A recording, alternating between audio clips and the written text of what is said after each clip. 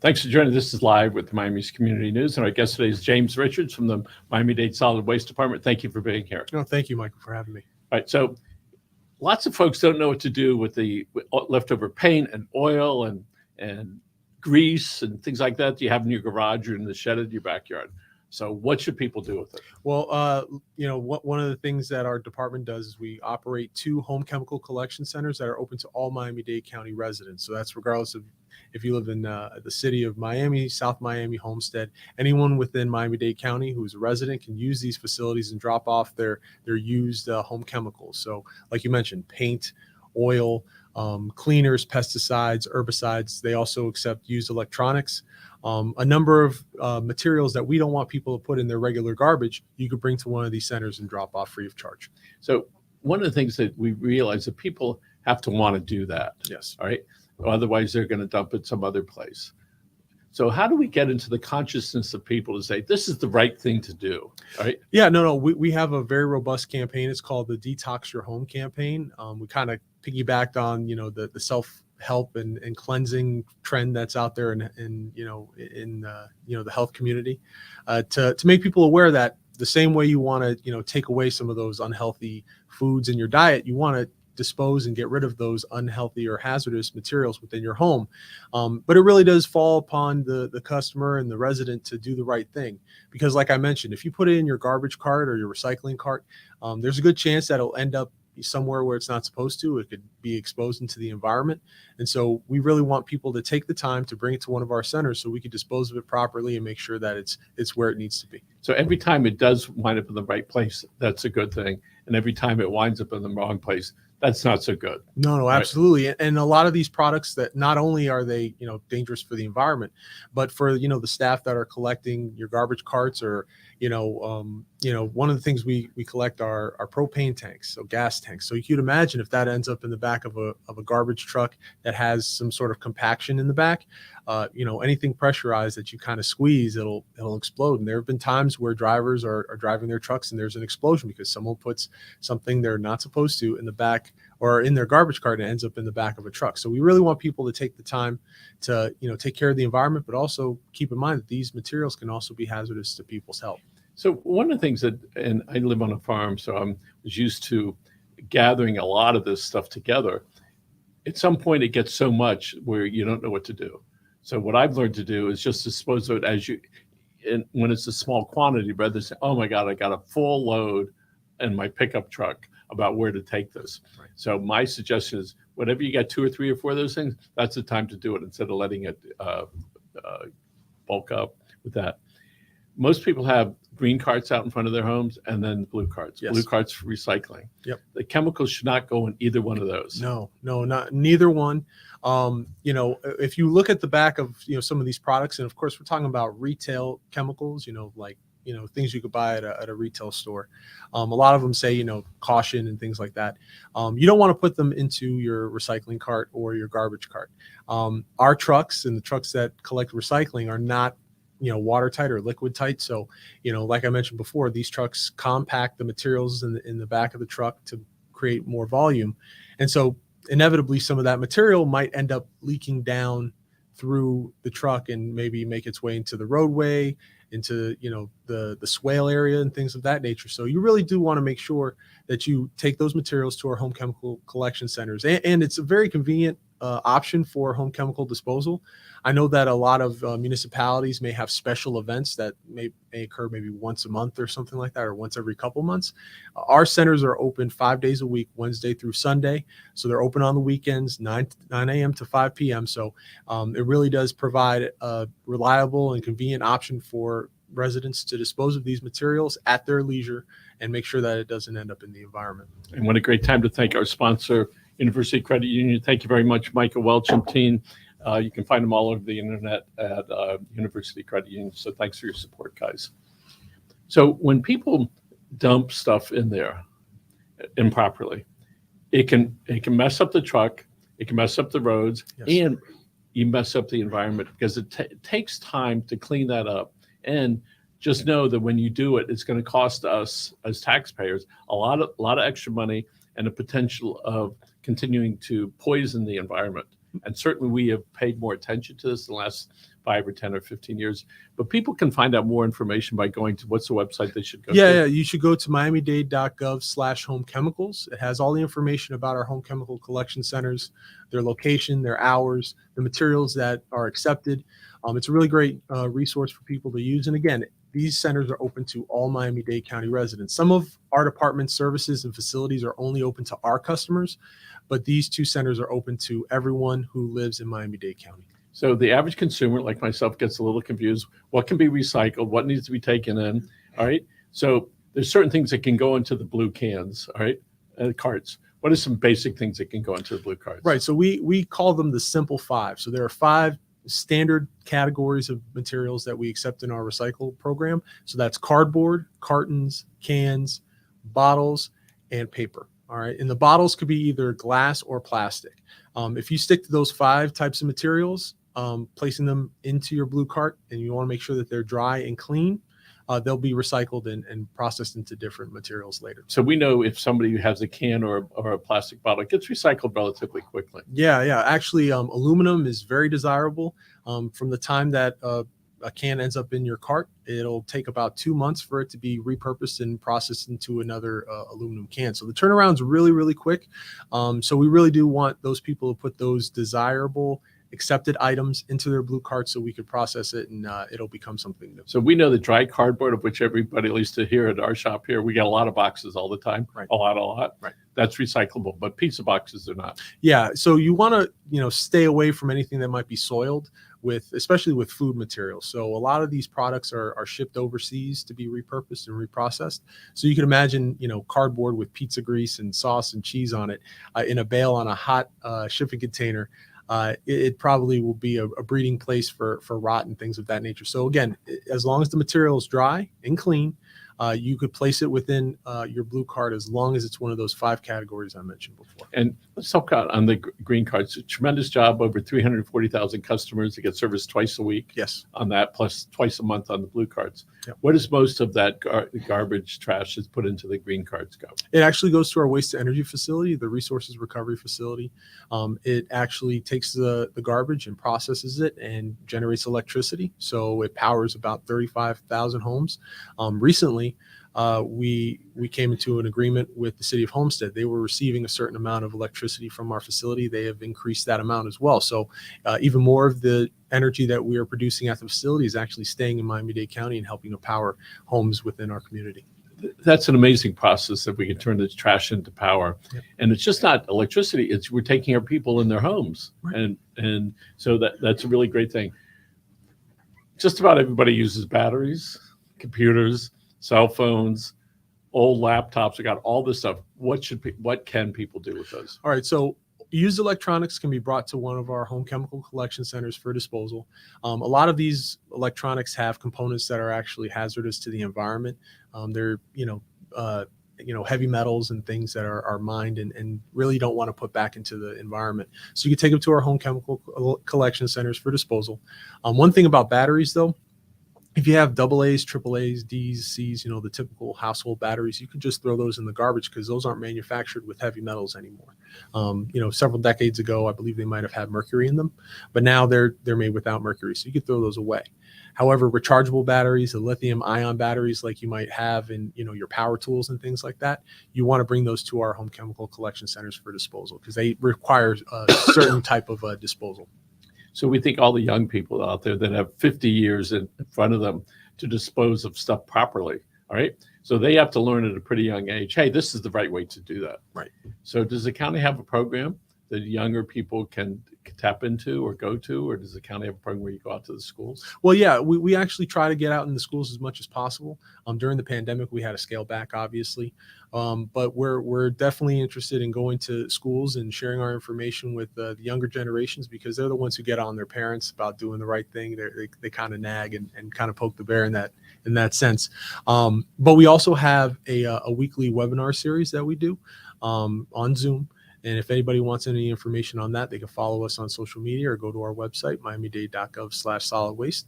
And that goes over a number of topics every week that, schools and, classes can tune in and find out more about what we do. So the parents can show their kids, all right, here's something that we need to do. Yep. When my daughter who's now grown, was at elementary school. She came home. She said, "Daddy, if you hit me, I'm going to call the police." And I said, "Great. Where did you learn that?" "At school." And you know what? That is a wonderful thing that they learn that, all right? And they can take that stuff home. "Dad, Mom, we need to dispose of the stuff the right way." And so one of the things we recognize is when you're in your home, you have to start to putting that stuff aside that you're going to recycle before you take it out to the garbage can. You can't start with it in a bag, right? So you got to have two places. Right? No, absolutely. I mean, in my home, I have a separate bin for recyclables. It's totally separate from my household garbage where I put my food waste, paper towels, and things of that nature that end up in my garbage cart. That just makes it that much easier. You just take that bin and you go out to your recycling cart and you dump it in without having to try to separate something that might already be in a garbage bag. So that's definitely something we advocate for people to do. Separate and sort, and don't commingle those materials, because it'll just make it a little harder for you to do right before you place it in your certain carts. Now, I know the county's been sort of tough on people, do it yourself, fixing your car in your yard, but historically that would be old tires, maybe some leftover gasolines, for sure oil, right, and greasy stuff.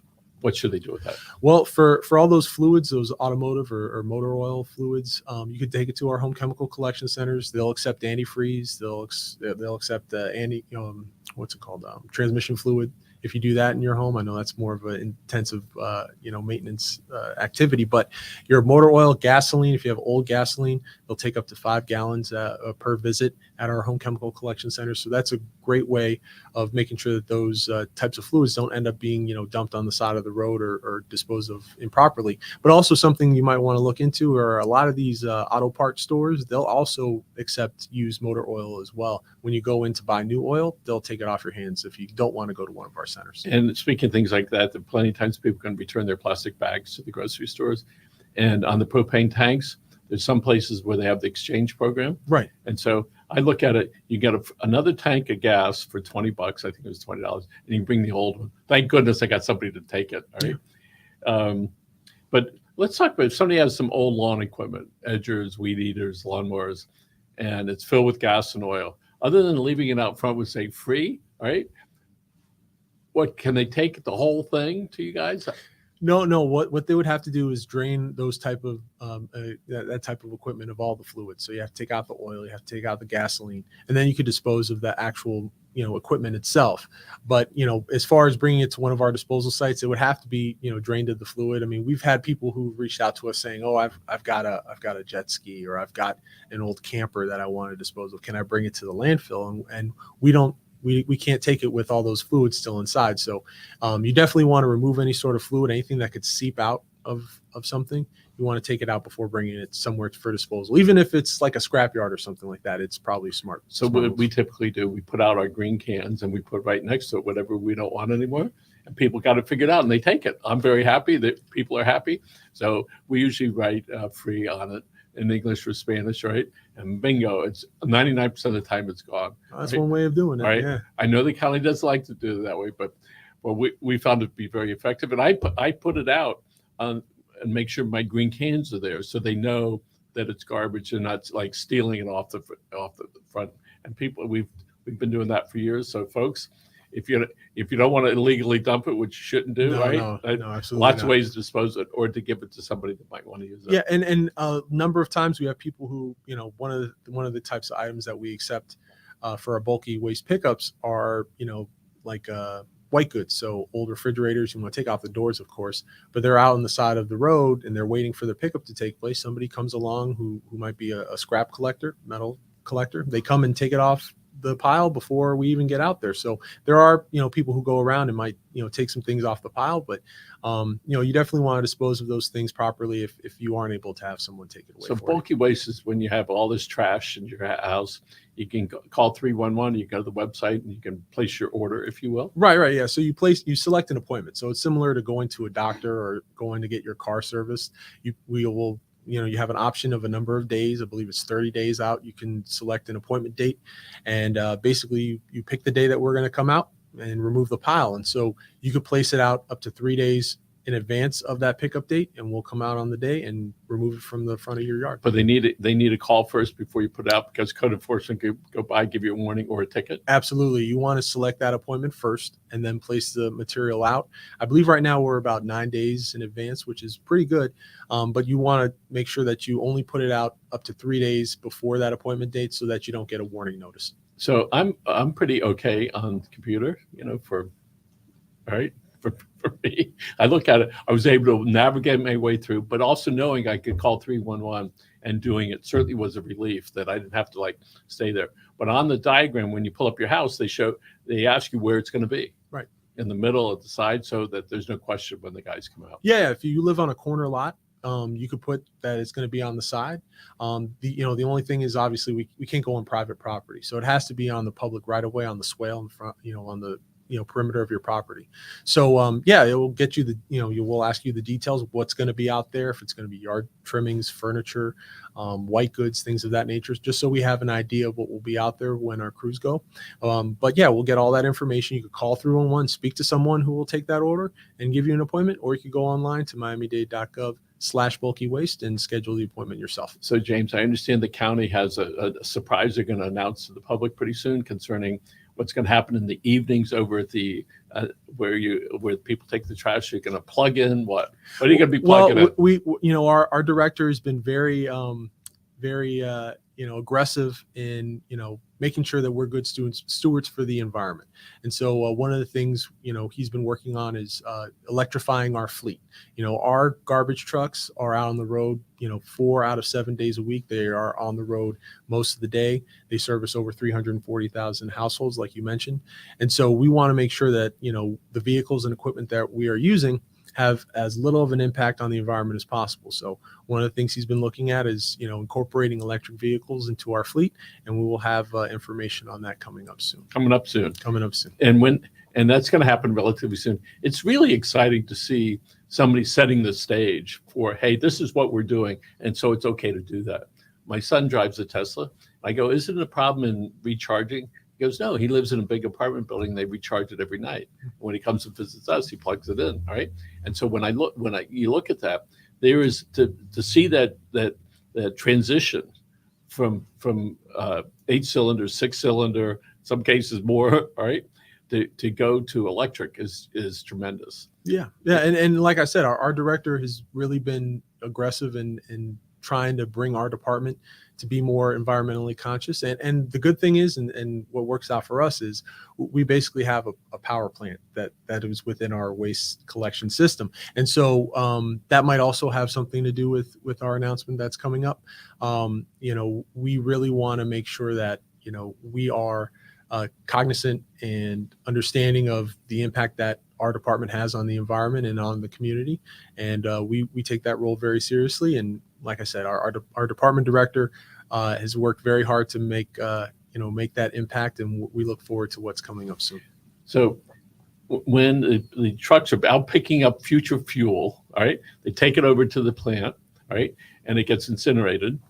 90% of it, right, more or less is used to create steam, turn the turbines to create electricity. You power up that plant, 35 plus thousands homes out on Homestead, and pretty soon it's going to be fuel for the big trucks. Yeah. So the goal is to have a closed loop system. So basically, the goal is for the garbage that the truck collects to be processed at the facility that charges the truck that goes out and collects the garbage to power the plant, and it goes around in that circle. We're just getting started. I know that this announcement that we're hoping to make in short order will be just the beginning, and more of these type of projects going forward for our department. There are some people that are futuristic. Some people can look out 5 years or 10. Other people can look out really long, far away. And look at Epcot and Disney 60, 70 years ago when they had talking on their wrists. And then there was a guy wasn't Super Sales, whoever was it, with phone, in his shoe, right? Flying around in these little, now we'd call them drones, all right? An amazing thing, microwave ovens. So the department has really looked way into the future to be able to say, okay, where do we want to be and what do we have to do to get there? Right, absolutely. I mean, we have to. when you're talking about landfills, and we operate two active landfills within the county, it's a matter of space. And we only have so much space for our landfill. So we have to find new technology and new ways of handling the amount of waste that is generated within the county. It's something that will never end. I mean, people always say, oh, the garbage business is always in business because everybody is always consuming. There's always waste. So, we're always looking for the new trends, the new technology to handle the amount of, waste and byproduct that comes from people who are living here, and not only living here, the people who visit here as well, because we are also a tourist economy. So we have a lot of visitors who come here as well, and we have to, handle that waste as well. It seems to me the type of rubbish, trash, garbage, refuse that we have has changed a lot. Before we would go to the stores and we would pick up our stuff, it would be the box only of the product, and maybe it'd have a big bag or not. So now there's another box around it. Right. So that's all extra stuff, right? So the recyclers must be pretty happy. Oh yeah. And it looks like the products we're getting now, it looks like we've approved them using used boxes, because sometimes I'll say, I didn't order that. And you know what? That wasn't it's on the inside. It was different. So they're recycling some of those boxes, and very, very effective. And you feel good, with that when we see that happening. Yeah. No. I mean, all these, large companies, your Amazons and Walmarts, Targets, they're looking for cardboard, and that's another type of, commodity that's very desirable right now in the recycling market. And you're absolutely right. Especially when the pandemic hit and everybody was staying home, you had people ordering things online. So we saw a humongous uptick in the amount of cardboard that was placed out for recycling.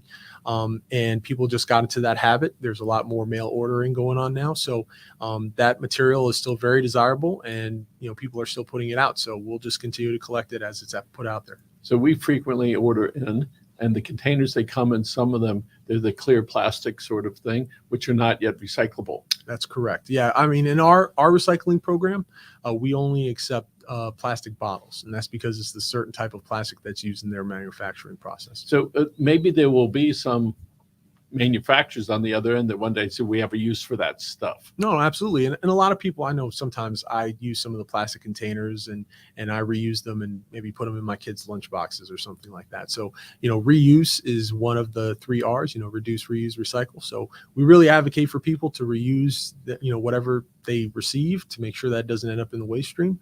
But if you do have to dispose of those, clamshell containers, those food containers that are plastic, just make sure you place them in your garbage cart instead of your recycling cart, and more than likely it'll end up being used at our resources recovery center for energy So production. one of the things I've learned from your recycling manager, Jean Marie Massa, is when I go into the local drugstore and it's one item, I say, I don't need the bag, right? And it's like, because I know what I'm going to do with it. It's going to go and I'm going to take it out and it's going to float around my car for a while.